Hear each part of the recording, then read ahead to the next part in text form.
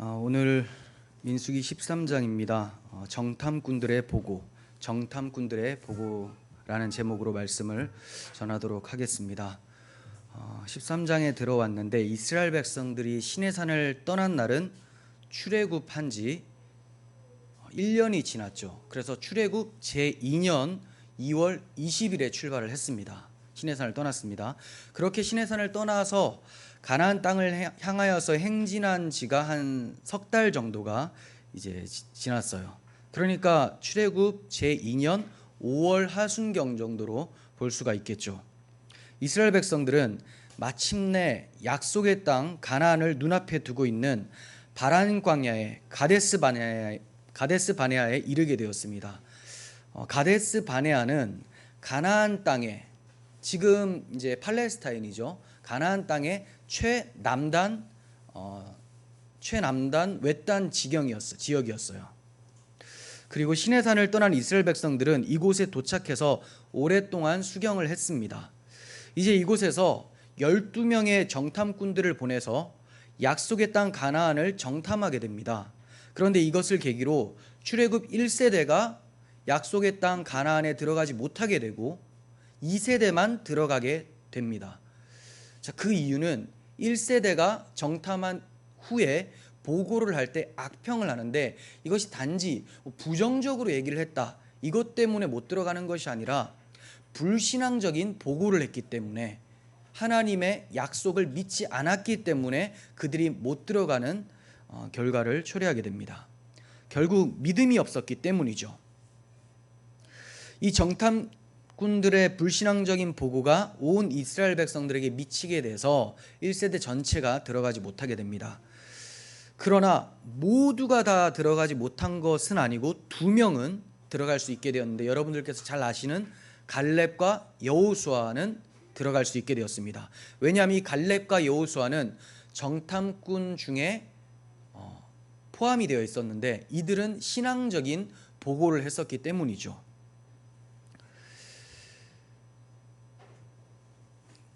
그래서 이 2명만 약속의 땅에 들어가게 돼요. 결국 하나님께서 기뻐하시는 삶은 하나님의 약속을 굳게 믿고 그 믿음으로 세상을 바라보고 행하는 것, 이것이죠. 이것이 갈렙과 여호수아에게 나타났었던 거예요. 본문을 통해서 우리는 어떤 믿음을 가지고 살아가야 되는지 이 점에 대해서 좀 살펴보도록 하겠습니다. 13장은 두 단락으로 나눌 수가 있는데, 첫 번째는 1절부터 20절까지인데요. 12명의 정탐꾼과 그들이 받은 임무예요. 12명의 정탐꾼들이 누구였는지, 그리고 그들의 임무가 무엇이었는지, 그리고 나서는 이제 그들이 떠나고 나서 보고를 하는 겁니다. 그게 21절부터 33절까지인데요. 보고를 했는데 악평을 하더라, 이런 내용이 있습니다. 자, 그러면 1절과 2절을 보도록 하겠습니다. 여호와께서 모세에게 말씀하여 이르시되, 사람을 보내어 내가 이스라엘 자손에게 주는 가나안 땅을 정탐하게 하되 그들의 조상의 가문 각 지파 중에서 지위가 안 된 자 한 사람씩 보내라라고 해요. 이스라엘 백성들은 단순한 백성들이 아니라 하나님을 대장으로 모신 여호와의 군대로 편성이 되어 있습니다. 여호와의 군대죠.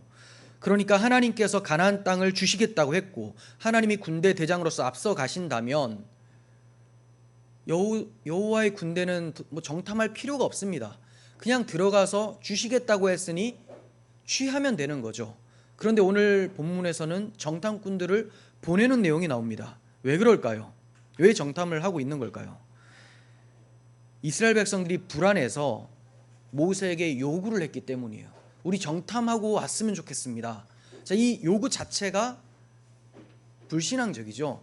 오늘 본문에 나오지 않아요. 그렇지만 이제 신명기는 모세가 40년을 회상하면서 유언과 같이 기록한 책이잖아요. 그때 이제 이 사건을 회상하면서 얘기를 하는데 그 이야기를 들어보면 이들이 요구했음을 알게 됩니다. 신명기 1장 21절 봅니다. 너희의 하나님 여호와께서 이 땅을 너희 앞에 두셨은즉 너희 조상의 하나님 여호와께서 너희에게 이르신 대로 올라가서 차지하라. 모세가 이렇게 얘기를 해요. 두려워하지 말라, 주저하지 말라라고 했어요. 그런데 이들이 어떻게 나옵니까? 우리가 사람을 우리보다 먼저 보내어 우리를 위하여 그 땅을 정탐하고 어느 길로 올라가야 할 것과 어느 성읍으로 들어가야 할 것을 우리에게 알리게 하자, 이렇게 얘기를 합니다. 그러니까 모세는 하나님이 주셨으니까 이제 올라가서 취해라, 두려워하지 말라라고 했는데, 잠깐만요, 우리 정탐부터 해야 될 것 같아요. 좀 알아야지 그래도 들어가고 뭐 싸우고 하죠. 이렇게 얘기를 하는 것이죠. 그들이 불안해하는 것이 당연한 것일까요?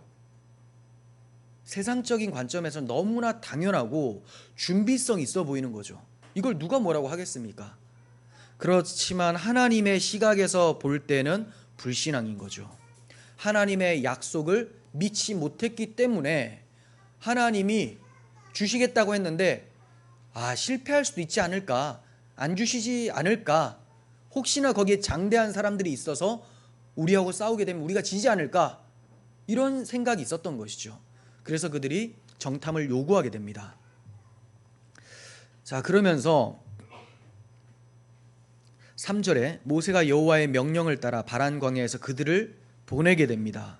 그들은 다 이스라엘 자손의 수령된 사람이라 라고 하죠. 어째서 마치 하나님께서 정탐꾼 보내시기를 원하신 것처럼 기록을 하고 있을까요? 그들이 요구를 했잖아요. 그런데 민수기 오늘 본문에서는 마치 모세가 보내는 것처럼 나오죠. 하나님이 허락하신 것처럼 나와요. 자, 맞습니다.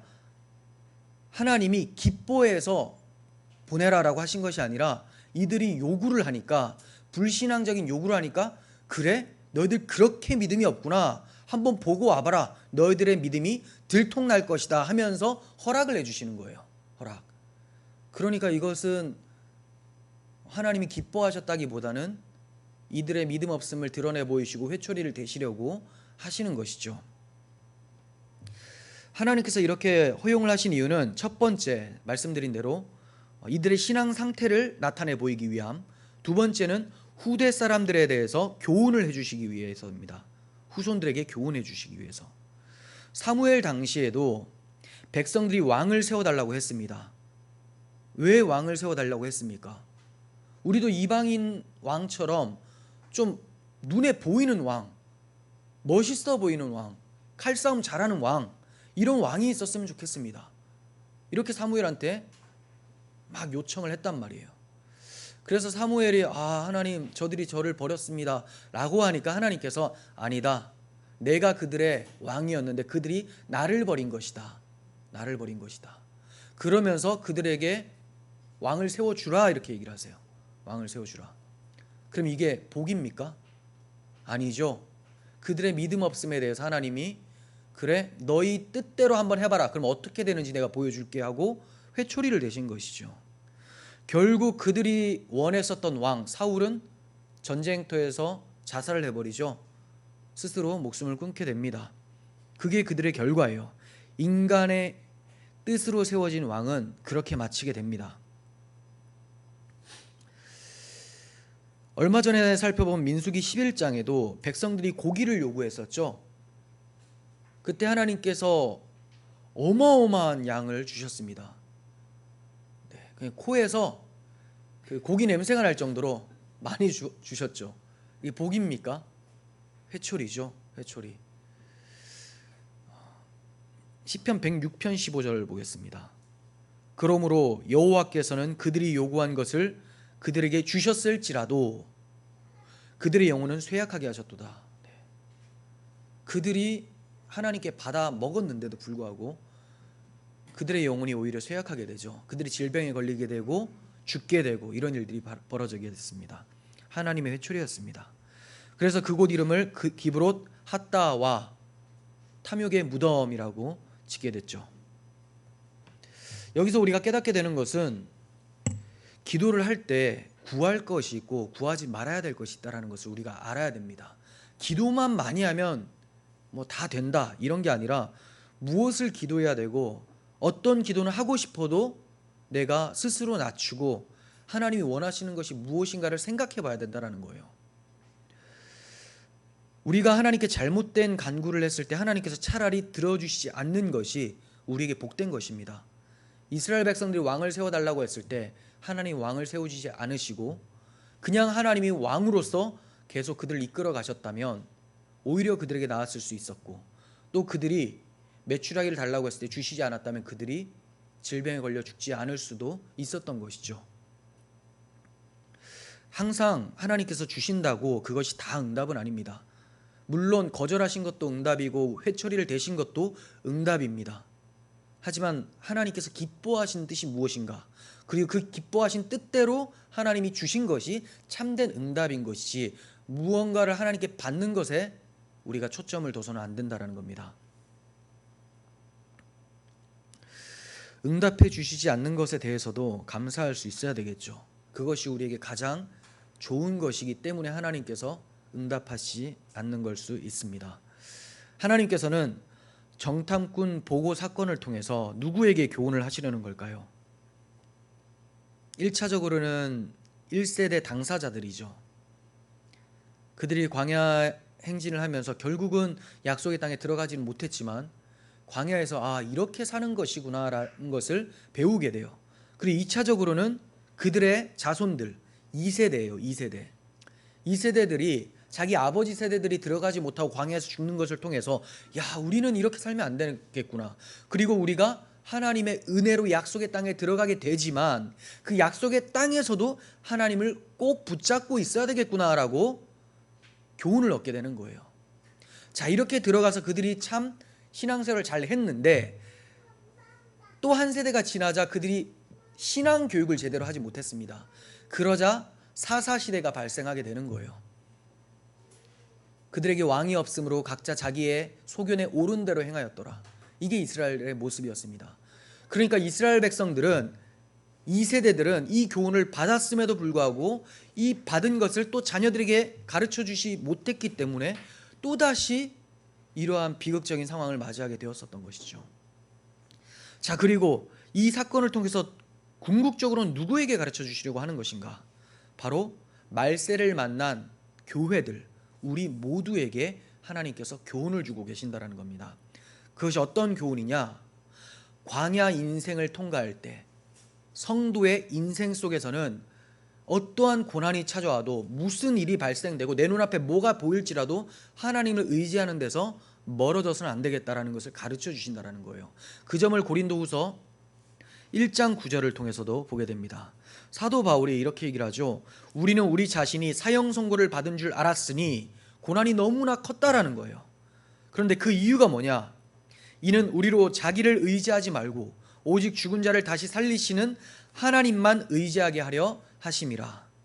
네, 하나님만 의지하게 하시려고 고난을 허락하셨다. 그들이 정탐을 했는데 그들 눈에 강력한 사람들이, 군사들이 있는 거예요. 성읍도 아주 강력합니다. 이따가 보겠지만 왜 이런 고난처럼 보이는 것을 허락하시냐? 우리 힘으로는 안 되는구나. 하나님께 매어 달리자. 여기에 초점을 두라고 하나님께서 정탐까지도 허락해 주셨는데 그들이 그렇게 하지 못했었죠. 자, 우리는 이런 사건들을 통해서 우리 삶 속에서 펼쳐지는 일들이 정말 말할 수 없을 만큼 크게 보일지라도, 큰 산처럼 보일지라도 하나님이 우리의 산성이 되신다라는 것을 기억할 때 이것을 넉넉하게 이겨낼 수 있을 줄 믿습니다. 우리가 믿음을 잘 지키고 하나님을 의지하는 데서 떨어지지 말아야 된다라는 것을 히브리서 기자도 강조하면서 설명을 하고 있어요. 그가, 히브리서 기자가 3장과 4장을 통해서 계속 이 점을 설명을 하다가 히브리서 4장 11절에서 이렇게 언급합니다. 그러므로 우리가 저 안식에 들어가기를 힘쓸지니. 자, 그러니까 광야 이스라엘 백성 같은 경우에는 약속의 땅에 들어가기를 힘쓸지니라고 하는 거고요. 지금 신약을 사는 우리들에게는 천국 들어가기를 힘쓸지니라고 하고 있는 거예요. 이는 왜 힘써야 되느냐? 이는 누구든지 저 순종하지 아니하는 본에 빠지지 않게 하려 함이라. 자, 순종하지 아니하는 본이 누굽니까? 오늘 본문의 1세대들이에요. 이 정탐꾼들입니다. 이들의 순종치 않음에 따라가지 않도록 너희는 안식하기에 힘써라. 그런데 그 안식이 누구에게 있느냐를 가르쳐 주는데 히브리서 기자는 그리스도께 있다라고 해요. 여호수아가 안식을 주었더라면 더 나은 것을 얘기하지 않았을 것이다, 이렇게 얘기해요. 그런데 더 나은 본향을 사모하게 됩니다. 더 나은 안식을, 그 안식이 그리스도에게 있다라는 것을 히브리서 기자가 얘기를 해요. 그러면 우리가 힘써 그리스도를 알고 힘써 그리스도를 붙잡는데 힘을 쓰다 보면 순종하지 아니하는 본, 그 본을 따르지 않게 된다라는 겁니다. 이스라엘 백성들이 왜 이렇게 거역하게 되고 불신앙적인 보고를 하게 되었는가? 그리스도를 붙잡지 않았기 때문이죠. 자, 이 당시에는 그리스도가 눈에 보이지 않아요. 그리고 그리스도가 역사 속에서 오지 않았습니다. 그러면 그리스도를 붙잡지 않았다는 것은 무슨 표현일까요? 그리스도를 예표했었던 사건들을 잊었다라는 거죠. 유월절 어린 양의 피, 그리고 성막, 식양, 제사법 다 잊어버렸다라는 거예요. 우리가 얼마나 긴 시간 동안 출애굽기와 레위기를 통해서 제사제도와 성막에 대해서 살펴봤습니까? 유월절에 대해서 살펴봤습니까? 왜 이렇게 긴 지면을 할애하고 있습니까? 하나님께서 그리스도를 놓지 말라고 하는 거죠. 대속의 은혜를 놓지 말라고 했는데 이들이 그것을 잊어버리고 그들을 구원하신 하나님을 잊어버리니 누가 보입니까? 가나안 땅에 엄청난 거인 같은 사람들이 보이는 거예요. 아낙 자손들이 보이는 겁니다. 그래서 자신들을 바라봤더니 메뚜기 같다, 이런 이상한 소리를 하게 되는 것이죠. 그럼 우리가 인생길에서, 이 신앙 인생길에서 잡아야 될 분은 오직 예수 그리스도, 또 그리고 그분의 십자가와 부활의 복음이라는 겁니다. 이 복음을 붙들 때 신앙에서 이탈하지 않을 수 있게 되는 것입니다. 자, 이제 4절부터 16절까지는 정탐꾼들의 이름들이 나옵니다. 정탐꾼들의 이름들이 나오는데 민수기 초반에 우두머리로 세워준 사람들하고는 다른 사람들이에요. 네. 자, 이 사람들이 여러 사람들의 이름이 나오는데 불명예죠, 사실. 네, 자기 조상 할아버지가 여기 이제 이름이 실렸다는 걸 보면서 얼마나 마음이 아팠을까요? 그런데 반면에 또 누구의 자손은 굉장히 기뻐했을 겁니다. 두 명, 우리가 잊지 말아야 될 사람들, 갈렙과 여호수아. 갈렙과 여호수아. 6절에 보면 갈렙은 유다 지파라고 하죠. 유다 지파. 여분네의 아들 갈렙. 네. 그리고 여호수아는 16절에 나오죠. 눈의 아들. 예, 이 뭐 흰눈 이런 것도 아니고요. 스노우 아니고요. 아이도 아니에요. 이름이 눈입니다. 눈. 눈의 아들 호세아. 호세아. 근데 이름이 여호수아라고 이제 바뀌게 되죠.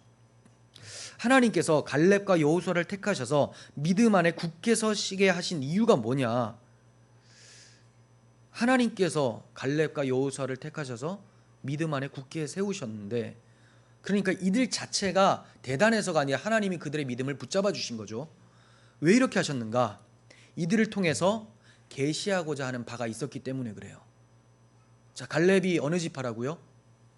유다 지파죠. 유다 지파. 유다 지파는 예수 그리스도께서 나실 지파를 얘기를 합니다. 자, 그리고 여호수아는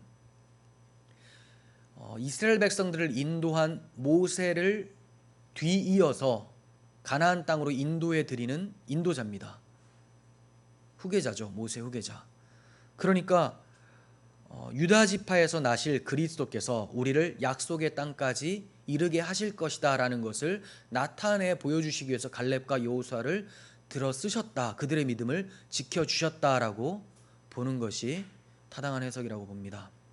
그래서 이 여호수아라는 이름도 하나님께서 이렇게 지어주신 것이죠. 뭐 헬라어로 하면 예수입니다. 예수. 16절에는 모세가 눈의 아들 호세아였는데 여호수아라고 이름을 바꿔주죠. 이것은 아마도 장차 여호수아가 자신의 후계자가 될 것을 생각하면서 이름을 좀 바꿀 필요가 있었다고 생각을 했던 것 같아요. 호세아는 그 뜻이 구원이라는 뜻입니다. 단순히 그냥 구원이에요, 호세아는. 그런데 여호수아는 여호와는 구원이시다라는 뜻이에요. 그러니까 구원에서 여호와는 구원이다라고 바뀌었어요. 오직 여호와를 의지해서 이스라엘의 구원을 이루어가라라는 의미가 담겨져 있습니다. 모세가 죽은 뒤에 가나안 정복 전쟁을 수행할 이스라엘의 지도자에게 매우 적합한 이름이었다고 할 수가 있겠죠. 자, 이어서 이제 17절에서 20절에는 정탐꾼의 임무가 나옵니다. 정탐꾼의 임무. 요약해서 말씀을 드리면 너희는 그 땅에 들어가면 그 땅 거민들이 강한지 약한지를 한번 살펴보고, 두 번째는 숫자가 많은지 적은지를 살펴보고, 그리고 땅이 좋은지 나쁜지를 살펴보고, 그리고 성읍이 진영인지 산성인지, 그리고 토지가 비옥한지 메마른지, 그리고 나무가 있는지 없는지 이렇게 살펴보라고 얘기를 합니다. 골고루 살펴보라는 거죠. 그리고 이제 20절에 가면 담대하라라고 격려를 해요. 그리고 그 땅 실과를 가져오라. 담대하게 정탐을 하고, 무섭겠죠.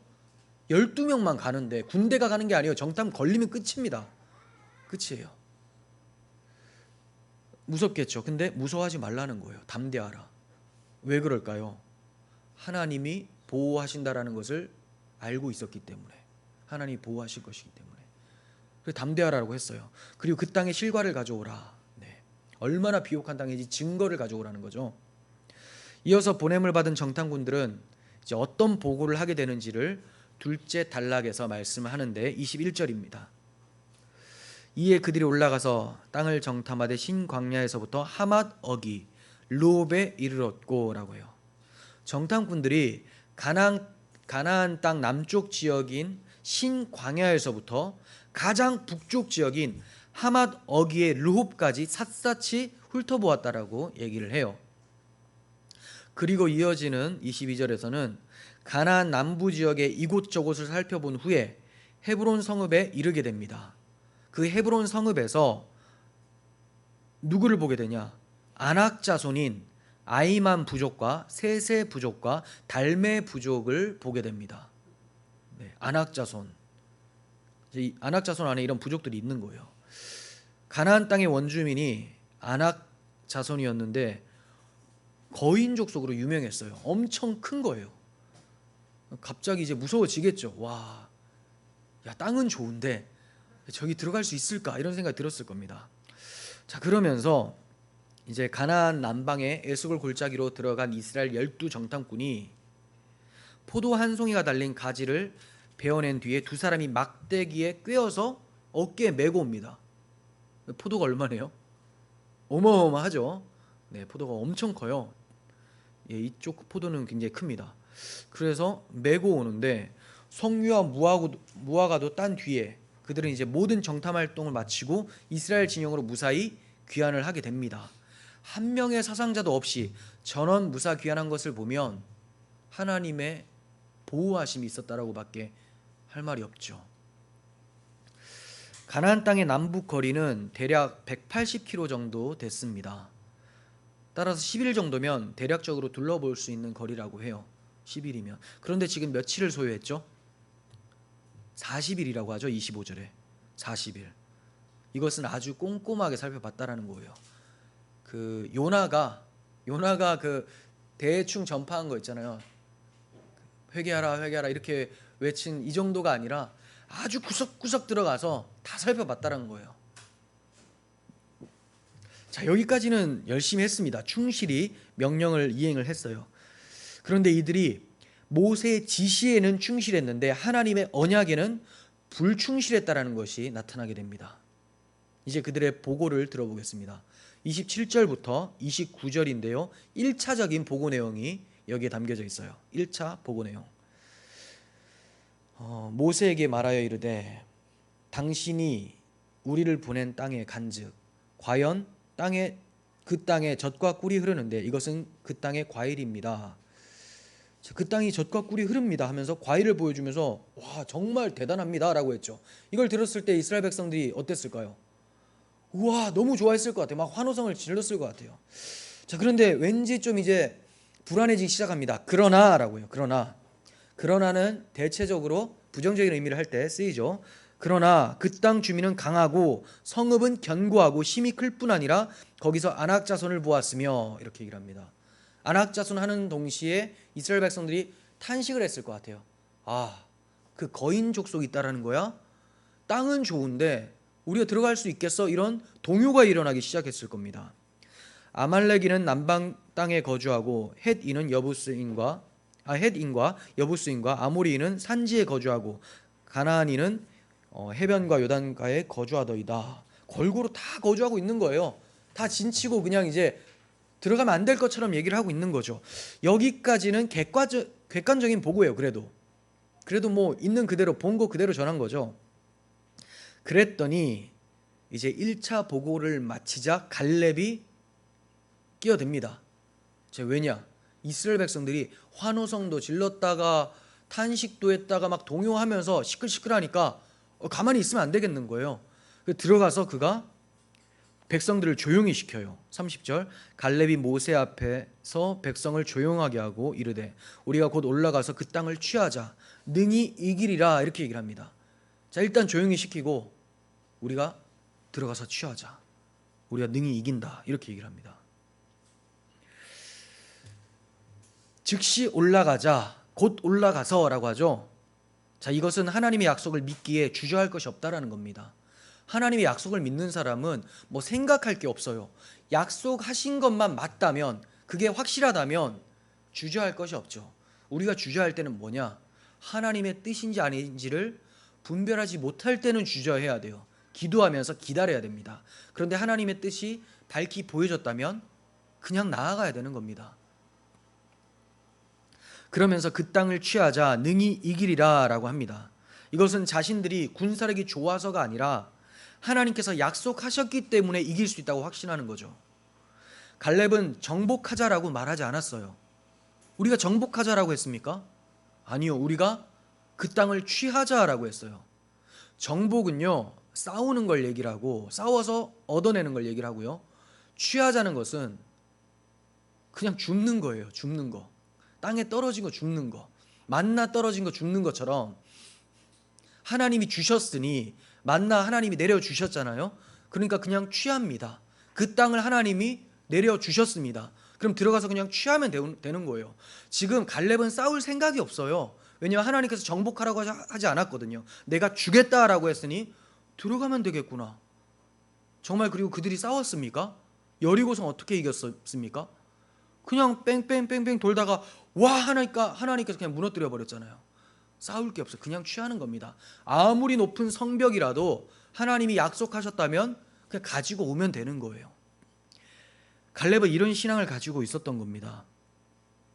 모세가 여호와께서 너에게 말씀하신 대로 올라가서 얻으라라고 말씀을 했더니 네, 우리가 가서 얻겠습니다라고 한 것은 갈렙하고 여호수아밖에 없었던 것이죠. 여리고성을 점령할 때도 여호수아가 어떻게 얘기를 했습니까? 여호와께서 이 성을 주셨느니라 이렇게 얘기를 합니다. 갈렙도 지금 우리가 이 땅을 취하자라고 했고요. 여호수아도 여호와께서 이 성을 주셨다라고 했어요. 똑같은 신앙입니다. 하나님의 약속을 의지해서 하나님이 능하시기에 우리는 능하다라는 이런 이제 정신을 가지고 있었던 것이죠. 주신 것은 취하고 얻으면 되는 것이지 정복하는 것이 아닙니다. 그러면 무엇으로 취할 수 있습니까? 언약을 믿는 믿음이에요. 믿음이 없이는 그 어떠한 것도 싸워서 이길 수가 없습니다. 왜냐하면 우리들의 싸움은 영적인 것이기 때문이죠. 영적인 것. 우리의 영생을 얻으려면 영적 싸움을 해야 되는 건데 이 영적 싸움을 그리스도께서 다 행하시고 우리에게 넘겨주셨으니 그것을 믿으면 우리는 그 영생을 얻게 되는 거죠. 그리스도께서 싸우셨어요. 그 싸워서 이긴 전투 자리가 그 전장이 바로 십자가 골고다라는 거예요. 골고다 십자가. 우리가 그래서 그 십자가를 바라보면서 아멘 하면 그분의 가난하심이 우리를 부욕해 하게 되는 것인데 그걸 믿지 못하고 내 혈기로 싸우게 되면 반드시 패배하게 마련이죠. 하나님이 약속하셨다라는 것은 우리로 하여금 담대하게 만듭니다. 성경에는 우리에게 주신 하나님의 약속으로 도배되어 있어요. 구약 신약이라고 할 정도로 약속이 핵심이에요. 그리고 약속의 실체이신 그리스도 안에서 우리는 언약의 백성들입니다. 언약의 백성들.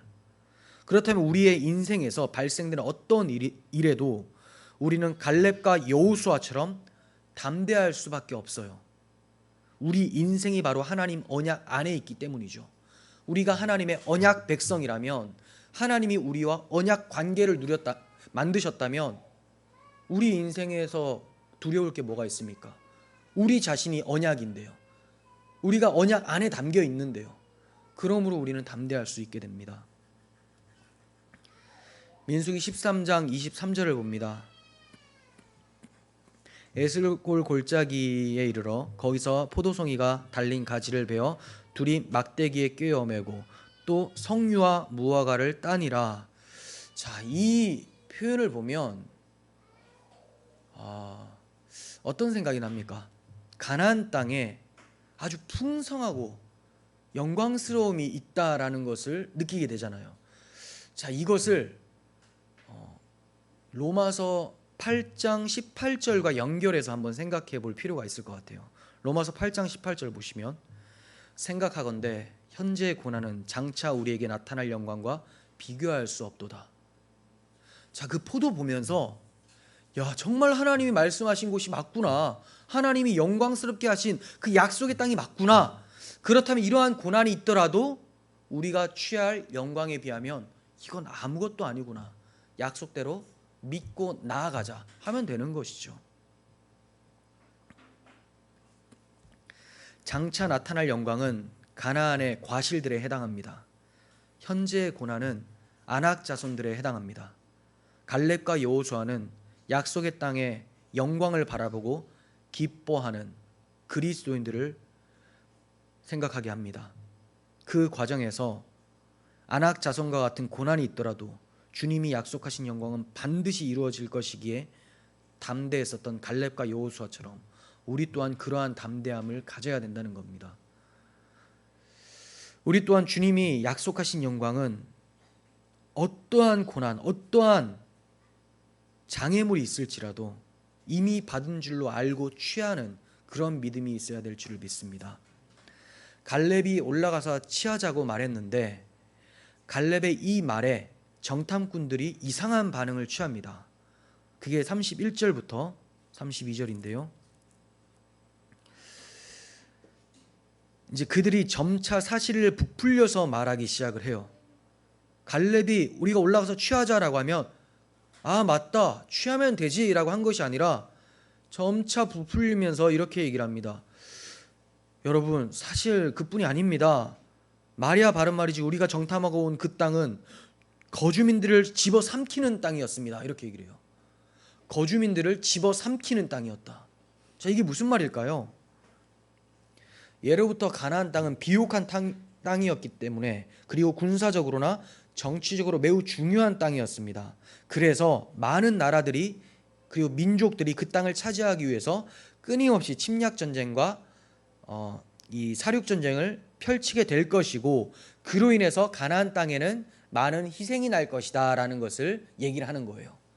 거주민을 삼키는 땅이라는 것은 이런 거죠. 자, 아낙 자손이 있고 이것 때문에 우리가 너무 들어가기 힘들고 무섭다. 그런데 들어가도 문제다.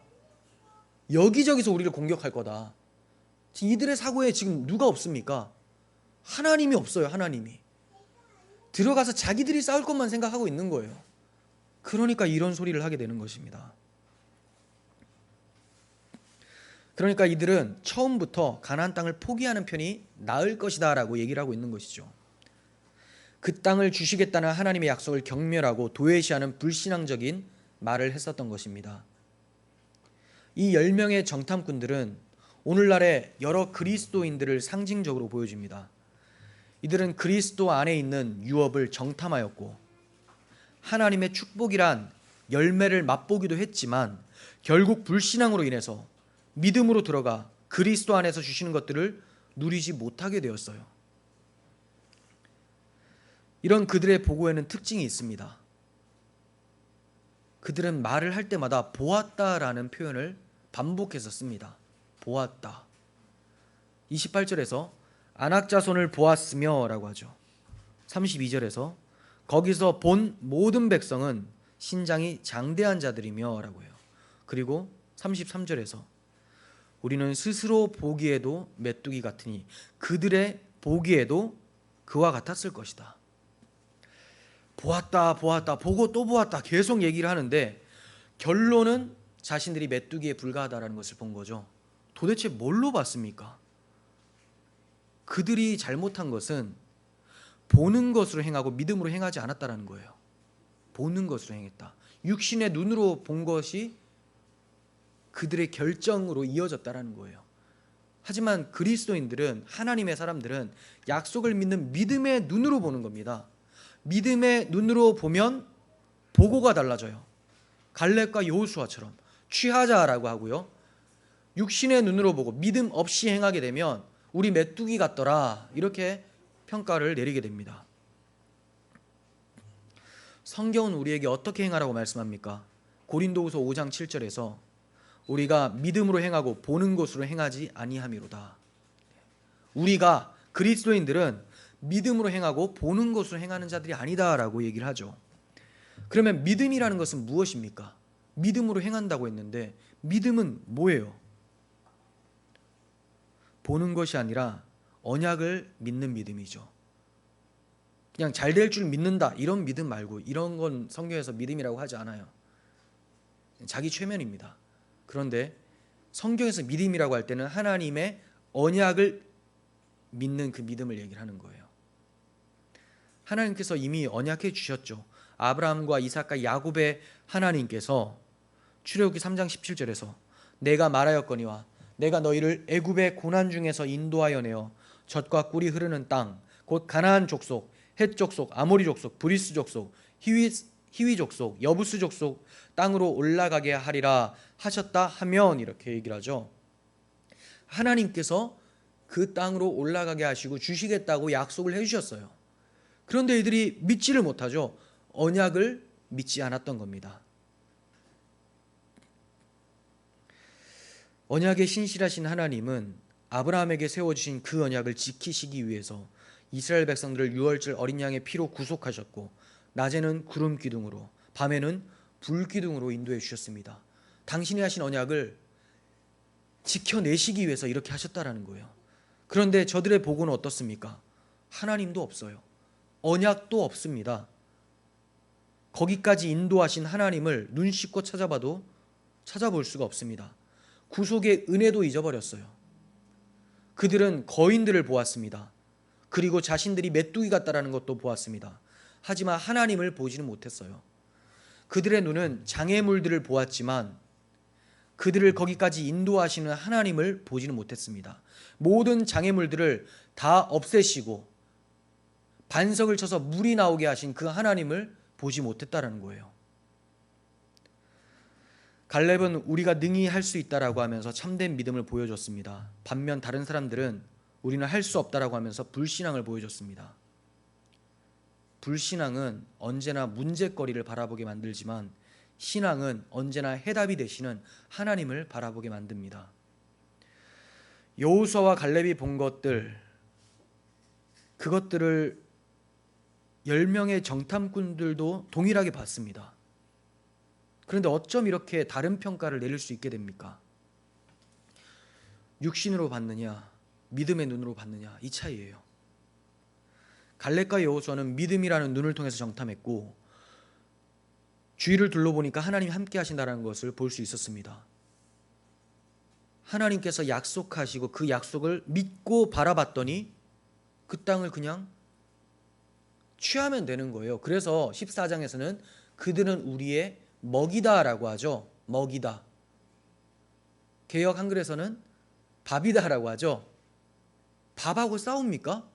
그래서 정복하자라고 안 해요. 취하자, 먹자라고 하는 거예요. 먹자. 왜 이렇게 보고할 수 있게 되었는가? 언약을 믿는 믿음이 있었기 때문이죠. 그리고 주위를 둘러보니까 그들이 아무리 장대하고 여리고성 같은 게 있을지라도 하나님 우리와 함께 하시는구나를 발견할 수 있었어요. 믿음의 눈으로. 민수기 14장 9절 보시면 다만 여호와를 거역하지는 말라. 또 그 땅 백성을 두려워하지 말라. 그들은 우리의 먹이라. 그들의 보호자는 우리에게서 떠났고 여호와는 우리와 함께 하시느니라. 그들을 두려워하지 말라. 갈렙과 여호수아의 눈에는 하나님이 보였어요. 임마누엘 하신 하나님을 경험하고 있었다라는 겁니다. 그러니까 믿음이 있어서 임마누엘 하신 하나님과 동행하고 있는 사람의 삶이 얼마나 담대한지를 우리가 알 수 있어야 됩니다. 우리가 막 두렵잖아요. 무슨 일이 발생하면 막 두려워요. 그 이유는 다른 거 하나도 없습니다. 사실 저도 두려울 때가 있고 혼란스러울 때가 있는데 저조차도 다 뭐가 결여됐냐? 믿음이죠. 믿음. 무슨 믿음이냐? 약속을 믿는 믿음. 임마누엘 하신 그 예수 그리스도가 지금 내 안에 계신다라는 그 믿음을 우리가 잊어버리기 때문이에요. 믿음의 눈으로 보면 지금 이 자리에도 예수님이 앉아 계시고 여러분들 마음 가운데, 제 마음 가운데 앉아 계시는데 그걸 바라보지 못하는 거죠. 믿음이 없이는. 여러분 어떤 눈으로 세상을 바라보십니까? 그 눈이 우리의 세계관과 우리의 가치관을 결정짓습니다. 여러분 우리 안에는 10명의 정탐꾼과 2명의 정탐꾼이 같이 살고 있다는 걸 아십니까? 엄밀한 의미에서는 우리 영혼에는 2명의 정탐꾼, 갈렙과 여호수아만이 있어요. 우리 영혼에는. 그러나 육체의 습관은 10명의 정탐꾼을 지지하고 있습니다. 우리 안에는 갈렙과 여호수아가 믿었던 언약, 그 언약이 실체이신 그리스도께서 살아계십니다. 그러나 육체는 10명의 정탐꾼처럼 그 언약을 배척합니다. 그리스도를 밀어내려고 애씁니다. 우리 안에서 이 내적 갈등이 끊임없이 일어나고 있는 거예요. 갈렙과 여호수아 대 10명의 정탐꾼. 사실 10명의 정탐꾼이 아니라 60만 명 대 2예요. 2. 왜냐하면 이스라엘 백성들이 다 이 10명의 정탐꾼에게 붙어버리거든요. 이들 둘밖에 없어요. 근데 승리는 누가 합니까? 마치 갈렙과 여호수아가 지는 것 같았지만 들어가는 건 갈렙과 여호수아라는 거죠. 우리도 이러한 믿음을 가질 수 있어야 됩니다. 우리의 육체가 끊임없이 그리스도를 밀어내고 하나님의 언약을 멀리하게 하고 내 중심적으로 살게 만들고 그러다 보니 두려움에 빠지게 만드는데 우리 안에 계신 그리스도를 꼭 붙잡을 때 결국 우리는 약속의 땅에 들어가게 된다는 겁니다. 제가 굉장히 비유적으로 표현했는데 이해를 하시겠죠? 한번 불신앙에 빠지게 되면 점점 깊이 빠져 들어가는 것이 특성입니다. 처음에는 뭐 별거 아닌 것 같아요. 하지만 발을 한 번 담그면 2번 담그는 거는 어렵지 않고 이제 발목뿐만이 아니라 무릎이나 그 다음 이제 하체, 상체까지 다 담그게 되고 나중에는 침몰 당한다는 거죠. 수몰됩니다. 1차 보고 때 그들이 어떻게 말했습니까? 과연 그 땅에 젖과 꿀이 흐르고 있었다. 그런데 그 이후에는 거주민을 삼키는 땅이었다. 이렇게 얘기를 하게 되죠. 불신앙에 한번 빠지게 되면 점점 깊어지고 결국은 우리는 메뚜기더라. 이렇게 얘기를 해요. 하나님이 지금 메뚜기를 구원했습니까? 하나님이 하나님의 군대를 메뚜기라고 평가하는 너는 누구냐라고 얘기해야 되지 않겠습니까? 하나님 얼마나 자존심 상하겠습니까? 하나님이 메뚜기 군대의 대장입니까? 지금 우리가 메뚜기 같다라는 말은 하나님이 메뚜기처럼 보였다라는 거예요. 그들에게 한마디로 안중이 없다라는 거죠. 불신앙에 빠지게 되면 결국은 자기를 비관하다가 자기를 구원하신 하나님까지 부정하게 되는 결과에 빠지게 됩니다. 조그만 불신이 나중에는 하나님을 정면으로 거스르는 죄로 나타나게 마련이에요. 그러므로 우리의 눈을 하나님의 약속에 우리 주 예수 그리스도께 고정하시기를 바랍니다. 마지막 절 봅니다. 거기서 네피림 후손인 아낙 자손의 거인들을 보았나니 우리는 스스로 보기에도 메뚜기 같았으니 그들이 보기에도 그와 같았을 것이니라. 제가 이야기 성경, 스토리텔링 성경을 좀 보는데 거기는 이렇게 표현하더라고요. 아낙 자손이 네피림의 진짜 후손이 아니라 네피림이 이제 노아 당시에 거인 족속이었는데 이제 멸망당하게 되죠. 그리고 나서 아낙 자손이 굉장히 장대하니까 네피림의 후손인 것 같다라고 이제 그 사람들이 그렇게 인식을 하고 있었다라는 거예요. 실제로 바피림의 후손은 아니었다라고 이제 기록을 하고 있어요. 그 책에서는. 네. 그런데 이제 이런 사람들을 보니까 너무 크고 자기는 메뚜기 같아요. 이런 신앙은 사실 그 사울 시대에도 있었었죠. 다윗이 골리앗 앞에 섭니다. 다 다윗을 메뚜기처럼 봅니다. 야, 너 뭐냐? 나서지 마라. 막 말리고 혼내고 그래요. 그런데 다윗이 그냥 나아가죠. 왜냐하면 다윗은 자기가 봐도 자기가 메뚜기 같지가 않거든요.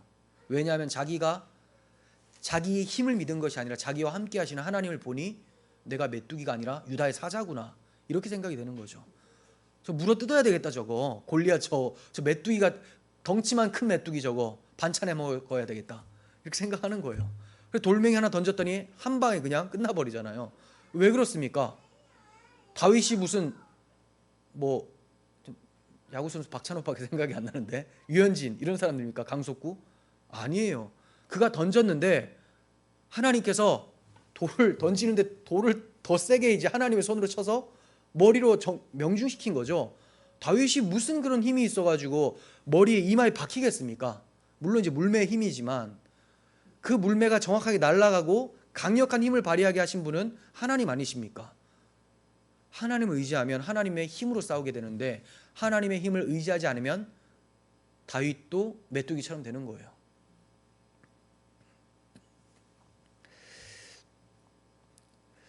여러분, 세상은 그리스도인들을 메뚜기처럼 볼 수 있습니다.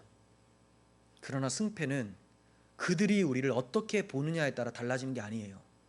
그들은 우리를 메뚜기처럼 볼 수도 있고 사자처럼 볼 수도 있고 마음대로 평가하라고 하세요. 그게 중요한 게 아니에요. 승패는 어디에 달렸습니까? 우리가 스스로를 어떻게 보느냐를 통해서 결정이 됩니다. 물론 성경은 우리가 큰 자들이라고 하지 않아요. 우리 안에 계신 그분이 크시기 때문에 우리가 크다고 말씀합니다. 요한일서 4장 4절 봅니다. 자녀들아, 너희는 하나님께 속하였고 또 그들을 이기었나니 이는 너희 안에 계신 이가 세상에 있는 자보다 크심이라. 어떻게 기독교인들이 믿음으로 세상을 이깁니까? 그들 가운데 계신, 그들 안에 계신 하나님이 세상보다 크시기 때문이다라고 해요. 우리가 스스로를 바라볼 때 나는 정말 볼품이 없고 힘이 없어, 여기까진 좋아요. 그러므로 하나님을 의지해야 되겠다라고 하면 그 믿음의 눈으로 다시 한번 바라보세요. 그럼 내가 정말 작은 사람으로 보이는지, 하나님이 우리를 평가하시는 그 하나님의 시각으로 우리를 평가해야 된다라는 거예요.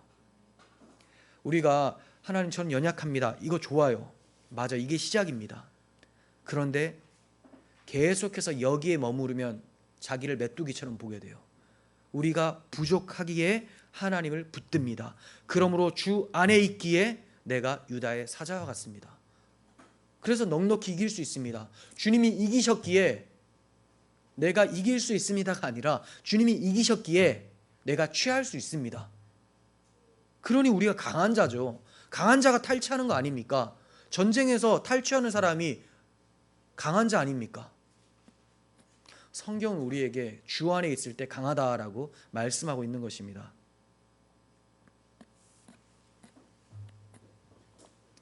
정탐꾼들이 자기들을 메뚜기 같다라고 한 것은 말씀드린 대로 하나님이 메뚜기처럼 보였기 때문에 그래요.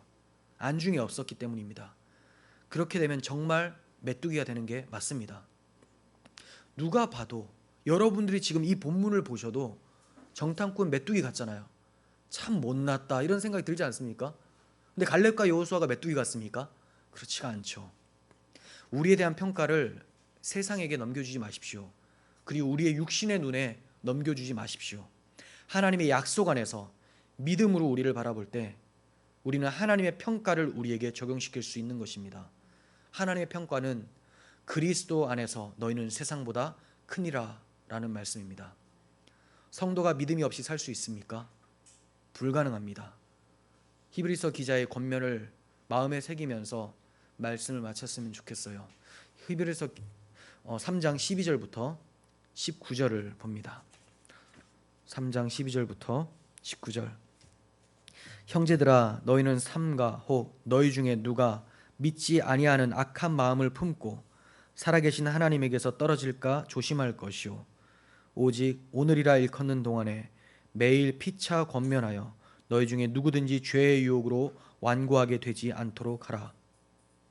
우리가 시작할 때 확신한 것을 끝까지 견고히 잡고 있으면 그리스도와 함께 참여한 자가 되리라. 자, 우리에게는 복음이죠. 이스라엘 백성들에게는 유월절 어린 양의 피와 성막 제사제도, 복음입니다. 15절 성경에 일렀으되 오늘 너희가 그 음성을 듣거든 경노하시게 하던 것 같이 너희 마음을 완고하게 하지 말라 하였으니, 자, 본문의 내용과 같은 거예요. 듣고 경노하게 하시던 자가 누구냐? 모세를 따라 애굽에서 나온 모든 사람이 아니냐? 모든 사람이 경노하게 했다는 거죠. 갈렙과 여호수아 빼고는 다 믿음이 없었다는 겁니다. 또 하나님이 40년 동안 누구에게 노하셨느냐? 그들의 시체가 광야에 엎드러진 범죄한 자들에게가 아니냐? 또 하나님이 누구에게 맹세하사 그의 안식에 들어오지 못하게 하리라 하셨느냐? 곧 순종하지 아니하던 자들에게가 아니냐? 이로 보건대 그들이 믿지 아니함으로 능히 들어가지 못한 것이니라. 믿지 않았기 때문에, 하나님의 약속을 불신했기 때문에 못 들어갔습니다. 그러므로 우리가 이 믿음에서 탈선하지 않기 위해서는 매일 피차, 오늘이라 일컫는 동안에 피차 서로를 권면하고 복음 안에서 서로를 격려해야 된다는 거예요. 그리고 서로 약해질 때마다 평가를 해주세요. 그리스도 안에서 승리자다, 이미 이겼다, 그 담대함으로 세상에 나아가서 싸우십시오. 내 힘으로 나아가면, 내 의로 나아가면 반드시 지게 마련입니다. 히브리서 11장 6절 믿음이 없이는 하나님을 기쁘시게 하지 못하나니 하나님께 나아가는 자는 반드시 그가 계신 것과 또한 그가 자기를 찾는 자들에게 상 주시는 이심을 믿어야 할지니라. 아멘. 이런 믿음으로 하나님께 나아가서 결국 약속의 땅에 이르러 하나님을 찬송하는 우리 모두가 되기를 간절히 소원합니다. 기도하겠습니다. 거룩하신 하나님 아버지, 약속에 신실하신 하나님 아버지, 하나님은 저희들에게 언제나 신실하셨는데 저희는 그 하나님의 약속에 항상 신실하지 못했습니다. 저희의 믿음 없음과 죄악됨, 교만함을 용서해 주시고 다시 복음 앞에 서게 하여 주셔서 신실하신 하나님의 언약을 붙잡고 믿음으로 세상과 싸워 이길 수 있도록 도와주시옵소서. 믿음의 눈으로 세상을 바라봤을 때 갈렙과 여호수아와 같은 보고를 하나님께 드림으로써 하나님을 기쁘시게 해드릴 수 있는 자들이 될 수 있도록 도와주시옵소서. 예수님의 이름으로 기도합니다. 아멘.